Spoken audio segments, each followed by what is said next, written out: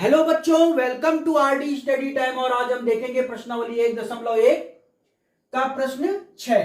तो प्रश्न 6 है, व्याख्या कीजिए ये संख्या और ये संख्या भाज्य संख्या क्यों है। हमें बताना है कि ये भाज्य संख्या क्यों है। तो इसके लिए सबसे पहले हम समझ लेते हैं कि अभाज्य संख्या और भाज्य संख्या क्या होती है। तो मैं आपको बता देता हूं सबसे पहले अभाज्य संख्या। तो अभाज्य संख्याएं क्या होती हैं?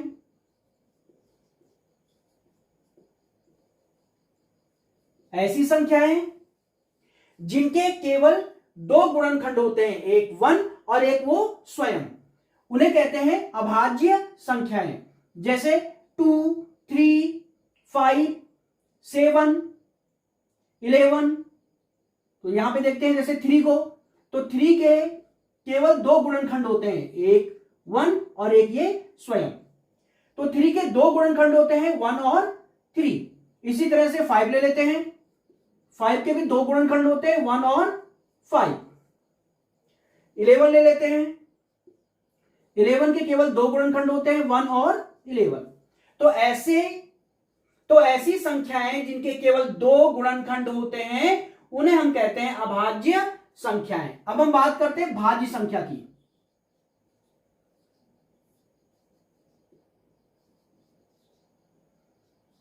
तो देखिए भाज्य संख्याएं क्या होती हैं? ऐसी संख्याएं जिसके दो से ज्यादा गुणनखंड होते हैं उन्हें हम कहते हैं भाज्य संख्याएं। एग्जांपल से समझते हैं, जैसे 4। तो 4 का एक गुणनखंड 1 होगा और एक 4 होगा, ये तो होगा ही होगा, यानी 1 होगा और एक वो स्वयं होगा। इसके अलावा 4 के और गुणनखंड देखें, 2 2 जा 4, 2 1 जा 2, एक गुणनखंड इसका 2 भी होगा।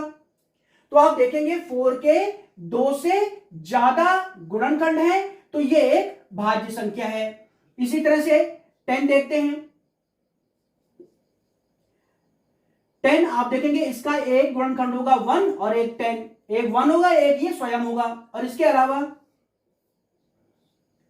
2 5 जा 10 और 5 1 जा 5, एक गुणनखंड 2 होगा और एक गुणनखंड होगा 5। तो आप देखेंगे 10 के दो से ज्यादा गुणनखंड हैं, तो ये एक भाज्य संख्या है। तो आप समझ गए होंगे अभाज्य संख्या और भाज्य संख्या। आप देखते हैं क्वेश्चन में हमें बताना है कि ये जो संख्या है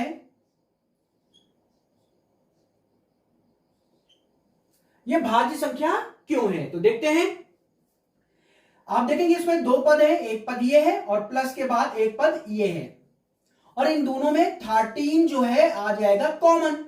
तो पहले हम इसे थोड़ा सॉल्व कर देते हैं, उसके लिए 13 ले लेते हैं कॉमन।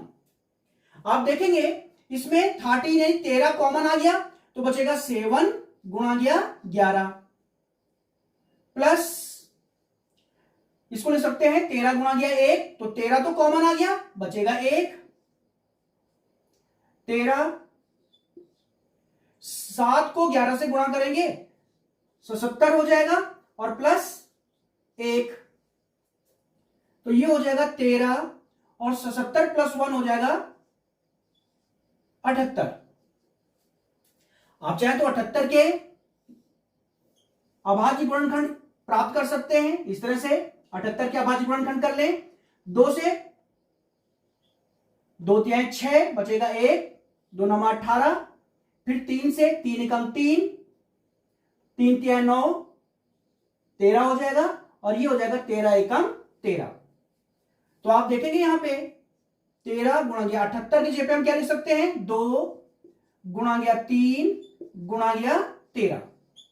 तो आप देखेंगे ये जो संख्या है इसके गुणनखंड हमें प्राप्त हुए हैं दो से ज्यादा। एक गुणनखंड तो इसका 1 होगा ही होगा और एक ये स्वयं होगा। इसके अलावा भी ये देखिए और भी गुणनखंड हमें प्राप्त हो चुके हैं। तो इस संख्या के दो से ज्यादा गुणनखंड हैं, इसलिए ये एक भाज्य संख्या है। हम इसे लिख लेंगे 7 गुणा गया 11 गुणा गया 13 धन 13 के दो से अधिक गुणनखंड हैं,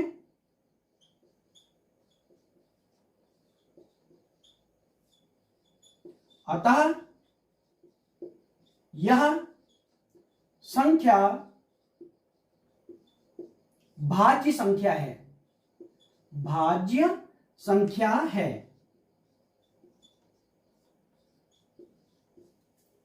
अब देखते हैं इस संख्या को। 7 गुणा गया 6 गुणा गया 5 गुणा गया 4 गुणा गया 3 गुणा गया 2 गुणा गया 1 धन 5। अब देखिए इसमें दो पद है, एक पद तो ये है, ये सब मल्टीप्लाई हो रखे हैं आपस में, एक पद है और धन के बाद एक पद ये आपको दिखाई दे रहा है। इन दोनों पदों में 5 कॉमन आ जाएगा, तो 5 को हम ले लेंगे कॉमन। तो देखेंगे यहां पे 5 कॉमन चला गया, बचेगा 7 गुणा गया 6, 7 गुणा गया 6 जिसको मैं 42 लिख लेता हूं, 42 लिख लेता हूं। 5 कॉमन चला गया, अब ये बचेगा 4 गुणा गया 3 गुणा गया 2 गुणा गया 1, इनको गुणा कर लेते हैं। 4 3 12, 12 दूनी 24 और 24 एकम 24। अब देखिए 5 को लिख सकता हूं, 5 गुणा गया 1, तो 5 तो कॉमन हो गया, बचेगा 1। आप यहां पे देख रहे हैं, मैं इसे समझा देता हूं दोबारा। हमने इन दोनों पदों में 5 ले लिया कॉमन, तो इस वाले पद से 5 कॉमन चला गया, बचेगा 7 गुणा गया 6 गुणा गया 4 गुणा गया 3 गुणा गया 2 गुणा गया 1। अब 7 गुणा गया 6 को मैंने 42 लिख दिया, 4 गुणा गया 3 गुणा गया 2 गुणा गया 1 को लिख दिया 24 गुणा करके, प्लस 5 कॉमन चला गया, बचेगा ये 1।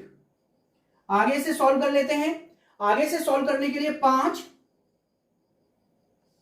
42 और 24 को गुणा कर लें, 42 को 24 से गुणा कर लें। 4 दूनी 8, 4 चौको 16, 2 दूनी 4 और 2 चौको 8, ये हो जाएगा 8, 6 और 4 10, 0, 8 9 और 1 10, 1008। तो 42 गुणा गया 24 हो जाएगा 1008 धन 1। अब देखेंगे 5, अब 1008 और 1 को जोड़ देंगे तो ये हो जाएगा 1009। अब आप देखेंगे ये जो संख्या है, इस संख्या के गुणनखंड हमें मिले हैं 5 और 1009। इसका एक गुणनखंड 1 होगा और एक गुणनखंड ये स्वयं भी होगा। तो इस तरह से आप देखेंगे इस संख्या के 2 से ज्यादा गुणनखंड हमें मिल रहे हैं, तो ये एक भाज्य संख्या होगी। तो आप लिख लेंगे ये जो संख्या है कि 2 से अधिक गुणनखंड है, अतः यह संख्या भाज्य संख्या है। तो ये था आपके पास प्रश्न 6 और अब हम देखते हैं अगला प्रश्न।